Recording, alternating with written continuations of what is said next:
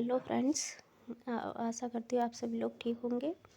आज हम मनोज कुमार मिश्रा की डायरी विधा का अध्ययन करेंगे। इससे पहले हम साक्षात्कार का अध्ययन कर चुके हैं, तो हम बिना देरी किए हुए इसे शुरू करते हैं। अगर आप चैनल पर पहली बार आए हो तो चैनल को लाइक शेयर सब्सक्राइब करके बेल आइकन प्रेस जरूर करें, ताकि आने वाले सभी वीडियोज़ आपको सबसे पहले प्राप्त हों। तो हम बिना देरी किए हुए शुरू करते हैं। डायरी विधा, इसे दैनंदिनी भी कहते हैं, एक गद्य की नवीनतम विधा मानी जाती है।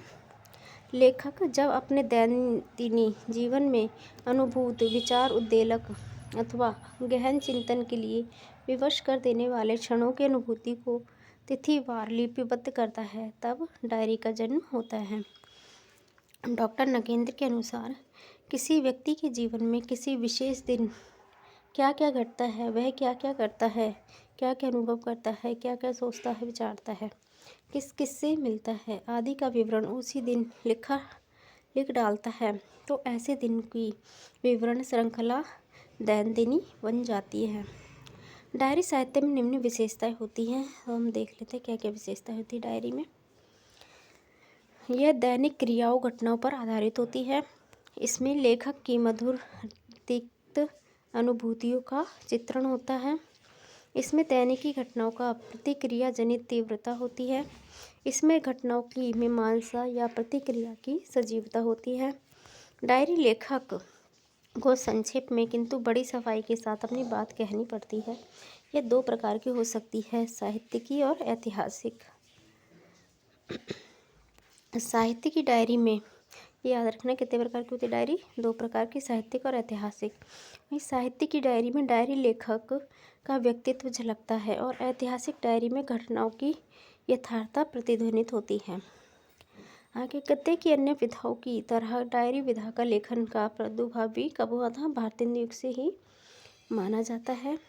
आगे है, वे रचनाएं डायरी दैनंदिनी नहीं होती जिनमें इस प्रावधि का शिल्प के रूप में अपनाया जाता है, जैसे डॉक्टर देवराज का उपन्यास अजय की डायरी, मुक्तिबोध की आलोचना पुस्तक है साहित्य की डायरी, वसंत पदोकर का निबंध संग्रह यायावर की डायरी। क्या है, इनमें डायरी लिखा तो है बढ़िया, परंतु ये क्या है, डायरी विधा की रचनाएं नहीं है। आगे देखते हैं डायरी के भेद क्या क्या है। डायरियाँ मुख्य रूप से दो रूपों में प्रकाशित हो सकती है, पत्रिकाओं या लेखकों के विभिन्न विधाओं के संग्रहों, अभिनंदन या स्मारक ग्रंथों में, ग्रंथावलियों आदि के अंशों के रूप में।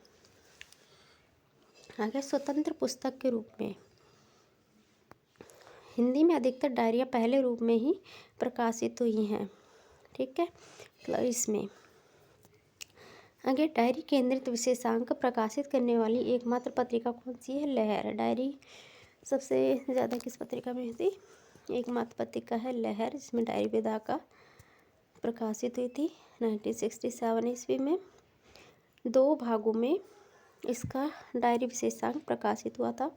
इन दो भागों में साहित्यकारों के द्वारा लिखित डायरियों के अंश प्रकाशित किए गए थे। इन अंशों को निम्न 3 खंडों में विभाजित किया गया था। पहला है आत्मनिर्वासन और संघर्ष, दूसरा है यात्रा और उभरती आकृति, तीसरा है कथा के सूत्र टटोलती डायरी। निम्नलिखित स्मारक ग्रंथों में डायरियों के अंश प्रकाशित किए गए। बाल मुकुंद गुप्त स्मारक 1950 में, इसके संपादक हैं झाबरमल शर्मा एवं बनारसी दास चतुर्वेदी। श्रीधर पाठक ग्रंथावली ये 3 खंडों में है, 1996 में, संपादक है पद्मधर पाठक। तीसरा है पंडित रामनारायण मिश्र स्मृति ग्रंथ 1984 में, इसका है रघुवीर सहायक रचनावली। आगे देख लेते हैं फिर लेखकों की सम्मुखित रचनाओं में उनके द्वारा लिखित डायरियों के अंश कब कब प्रकाशित हुए वो देख लेते हैं। तो यहाँ है लेखक का नाम, रचना का नाम और प्रकाशन वर्ष। तो अजीत कुमार की है अंकित होने दो 1954 में। धर्मवीर भारती के ठेले पर हिमालय, ये इम्पोर्टेंट है, पूछी जाती है 1958 में। रघुवंश की है हरी घाटी 1961 में। रघुवीर शाही की दिल्ली मेरा परदेश, ये भी इम्पोर्टेंट है 1976 में। रविंद्रकाली स्मृतियों की जन्मपत्री 1979 में। रामविलास की पंचरत्न 1980 में। शमशेर बहादुर की शमशेर की कुछ गद्य रचनाएं 1979 में। और फणींद्रनाथ की फणीश्वरनाथ रेणु की है। वन तुलसी की गंधी, ये भी इम्पोर्टेंट है। 1984 में शिव पूजन सहाय की बागेश्वरी 1994 में। आगे पुस्तक रूप में प्रकाशित डायरियाँ हैं जो वो देख लेते हैं। राधा चरण गोस्वामी की दैनादिनी 1885 में। सत्यदेव की मेरी डायरी 1909 में। नरेंद्र देव शास्त्री वेद तीर्थ जेल डायरी 1930 में। घनश्याम दास बिड़ला की है। डायरी के कुछ पन्ने वेरी इंपॉर्टेंट है, ये पूछी गई है नेट एग्जाम में कई बार।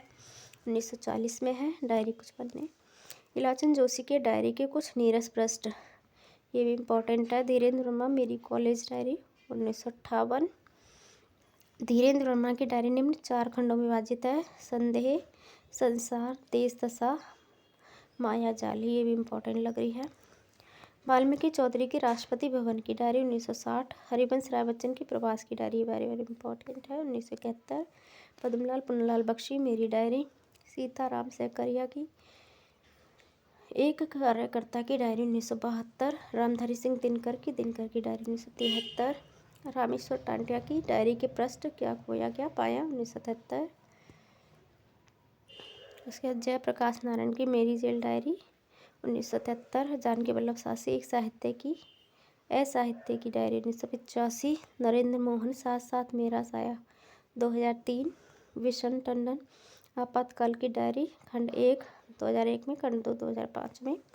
कृष्ण बलदेव वैद्य की ख्वाब है दीवानों का 2005 में। मोहन राकेश की डायरी 1985 में, ये इम्पोर्टेंट है। इनकी डायरी को पढ़ने से मालूम होता है कि एक और जिंदगी इनकी आत्मकथा रचना है। आस्था की डायरी 2001 में। यह सबसे कम आयु मात्र 21 वर्ष में लिखी गई प्रकाशित डायरी है। आगे है मलयज की डायरी 2000 में। नामवर सिंह इसके संपादक हैं। सज्जन सिंह की लद्दाख की यात्रा। निर्मल पांडे की है सर्वोदय पद यात्रा। दामोदरन मुदड़ा की है बिनोवा के साथ। निर्मल वर्मा की धुंध से उठती धुन, ये इम्पोर्टेंट है निर्मल वर्मा की। तो अब हमारा डायरी विधा का भी अध्ययन कंप्लीट हुआ।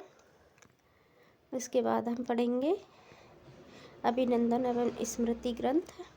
तब तक के लिए धन्यवाद। चैनल को लाइक शेयर सब्सक्राइब जरूर करें, बेल आइकन प्रेस जरूर करें ताकि आने वाले सभी वीडियोस आपको प्राप्त हो। और ये वीडियोस जो है TGT, PGT, net, JRF, PhD entrance सभी कॉम्पिटिटिव एग्ज़ाम्स के लिए वेरी इंपॉर्टेंट है, जो भी हिंदी से रिलेटेड होते हैं। तो इनको ध्यान से पढ़ें। धन्यवाद।